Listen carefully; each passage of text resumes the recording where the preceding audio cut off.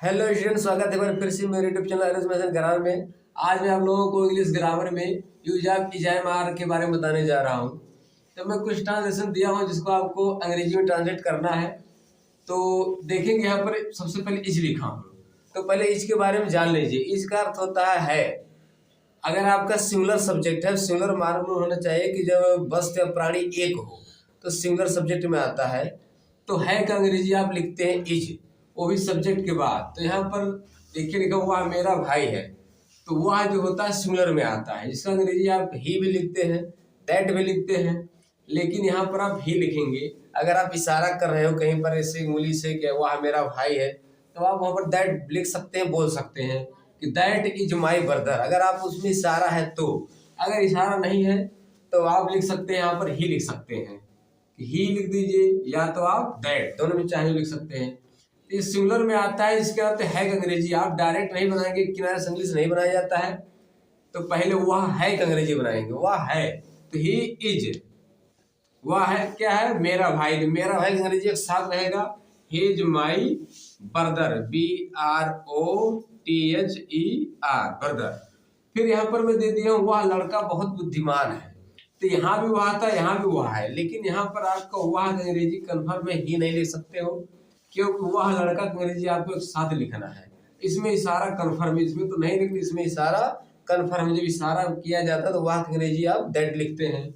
तो वह लड़का का अंग्रेजी यहाँ पर एक साथ लिखना पड़ेगा। तो यहाँ पर ही बॉय ना लिख के आपको लिखना होगा दैट बॉय। तो दैट बॉय आपने लिख दिया। तो ये दैट बॉय सिंगुलर में आता है, जिसके नाते है का अंग्रेजी आपको लिखना होगा इज। That boy is. बहुत बुद्धिमान का अंग्रेजी एक साथ रहेगा।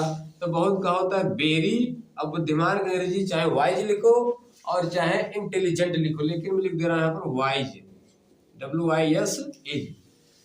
ई, that boy is very wise.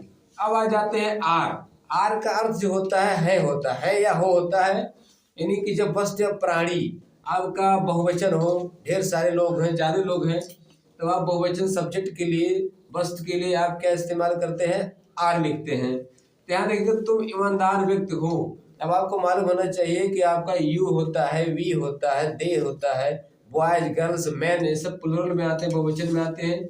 इसके साथ आपको आर का प्रयोग करना होगा। यहाँ पर देखेंगे हो आया है, तो तुम का अंग्रेजी होता है यू। तो यू जब प्लुरल होता है तब आप हो का अंग्रेजी आर लिखेंगे, यानी कि पहले लिखना होगा तुम हो का अंग्रेजी तुम हो। तुम हो क्या हो, ईमानदार व्यक्ति का अंग्रेजी एक साथ रहेगा, क्योंकि व्यक्ति को ईमानदार बोला जा रहा है। तो ईमानदार का होता है ऑनेस्ट, HONEST। यहाँ पर है ये साइलेंट है, हॉनेस्ट ना पढ़ के ऑनेस्ट पढ़ते हैं। You are honest. अब व्यक्ति का चाहे मैन लिखो चाहे पर्सन लिखो, तो पर्सन लिख दे रहा हूँ, PERSON। You are honest person.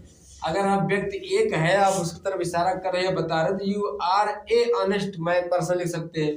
लेकिन ये प्लुरल होने के नाते उसमें AIN का इस्तेमाल नहीं हुआ। फिर देखेंगे एक और देते हैं, विद्यार्थी खेल के मैदान में है।